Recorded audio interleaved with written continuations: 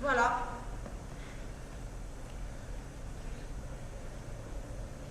Ces personnages vont vous jouer l'histoire d'Antigone.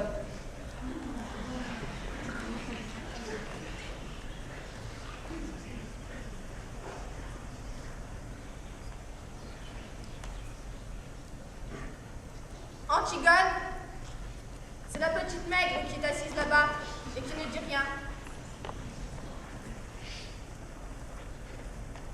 Elle regarde droit devant elle. Elle pense. Elle pense qu'elle va être Antigone tout à l'heure. Qu'elle va surgir soudain de la maigre jeune fille noiraude et renfermée que personne ne prenait au sérieux dans la famille. Et se dresser, seule en face du monde, seule en face de Créon, son oncle qui est le roi. Elle pense qu'elle va mourir, qu'elle est jeune, et qu'elle aussi, elle aurait bien aimé vivre. Mais il n'y a rien à faire. Elle s'appelle Antigone et il va falloir qu'elle joue son rôle jusqu'au bout. Et, depuis que ce rideau s'est levé, elle sent qu'elle s'éloigne à une vitesse vertigineuse de sa sœur, Ismène, qui bavarde et rit avec un jeune homme. De nous tous, qui sommes là, bien tranquilles à la regarder. De nous, qui n'avons pas aimé ce soir.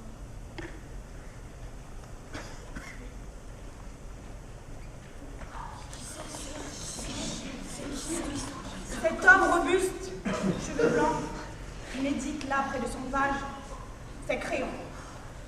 C'est le roi. Il a des rides. Il est fatigué. Il joue au jeu difficile de conduire les hommes. Avant, du temps d'Oedipe, quand il n'était que le premier personnage de la cour, il aimait la musique, les belles reliures, les longues flâneries chez les petits antiquaires de Thèbes. Mais Oedipe et ses fils sont morts. Il a laissé ses livres, ses objets, il a retroussé ses manches et il a pris leur place. Quelquefois, le soir, il est fatigué et il se demande s'il n'est pas vain de conduire les hommes, si cela n'est pas un office sordide que l'on doit laisser à d'autres de frustres. Et puis, au matin, des problèmes précis se posent qu'il faut résoudre et il se lève, tranquille, comme un ouvrier au seuil de sa journée. Et maintenant que vous les connaissez tous, ils vont pouvoir vous jouer leur histoire. Elle commence au moment où les deux fils d'Oedipe, Éthéocle et Polynice, qui devaient régner sur le royaume, un an chacun à tour de rôle, se sont battus et entretués sous les murs de la ville. Éthéocle l'aîné, au terme de la première année de pouvoir, ayant refusé de céder la place à son frère. Cette grand prince étranger, que Polynice avait gagné à sa cause, ont été défaits devant les 7 portes de Thèbes. Maintenant, la ville est sauvée. Les 2 frères ennemis sont morts.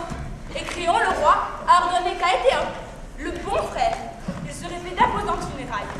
Mais que Polynice, le vaurien, le révolté, le voyou, serait laissé sans pleurs et sans sépulture, la proie des corbeaux et des chacals.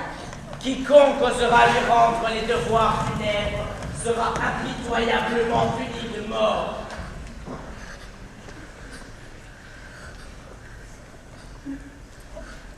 Et toi, qui baisses la tête vers le sol, dis, avoues-tu nous avoir fait cela?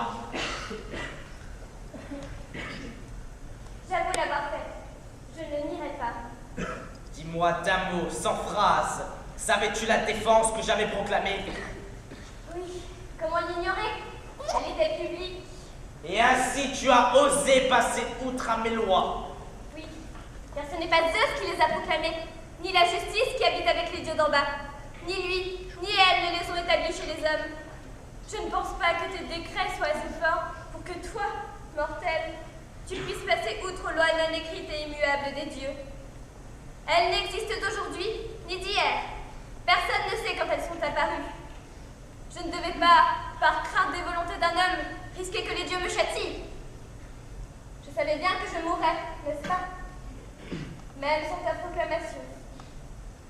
Et si je meurs avant le temps, je dis, moi, que ce m'est un gain. Quand on vit comme moi parmi tant de malheurs, comment ne pas trouver qu'on gagne à mourir? Subir ce sort n'est pas pour moi une souffrance, mais c'en serait une que d'avoir laissé, sans sépulture, après sa mort, le fils de ma mère. J'en aurais souffert, mais à présent, je ne souffre pas. Et si je te semble avoir agi en folle, peut-être suis-je accusée de folie par un fou. Cette rude fille se montre l'enfant de son rude père. Elle n'a pas appris à céder au malheur. Sois certain que ces volontés trop dures sont celles qui se brisent le plus. C'est le fer le plus fortement durci et cuit au feu qu'on voit se fendre et se rompre le mieux. Et les chevaux impétueux obéissent au moindre frein, car elle ne sait pas de faire le fier quand on est au pouvoir d'un maître. Elle savait bien quelle bravade c'était que de passer outre l'eau établie. Après quoi, ce fut une seconde bravade que de s'en vanter et de s'en réjouir. Maintenant, je ne suis plus un homme. C'est elle, l'homme, si elle triomphe si impunément. Mais qu'elle soit née de ma sœur, qu'elle me soit plus proche que tous ceux qui dépendent du Zeus de notre maison, elle n'échappera pas à une mort infâme. Ni sa sœur non plus, car je soupçonne celle-ci d'être complice de l'ensevelissement. Appelez-la donc, je viens de la voir au palais, hors d'elle ne se possédant plus. Ceux qui agissent sans droiture dans l'ombre dénoncent par là les premiers leurs fourberies. Mais certes, je hais quiconque pris sur le fait cherche à se glorifier de son crime. Veux-tu plus que ma mort, maintenant que tu m'as prise? Moi, rien d'autre. Si j'ai cela, j'ai tout. Que tardes-tu donc? De toutes tes paroles, aucune qui me soit agréable, ni ne puisse jamais l'être. Et les miennes aussi sont de nature à te déplaire.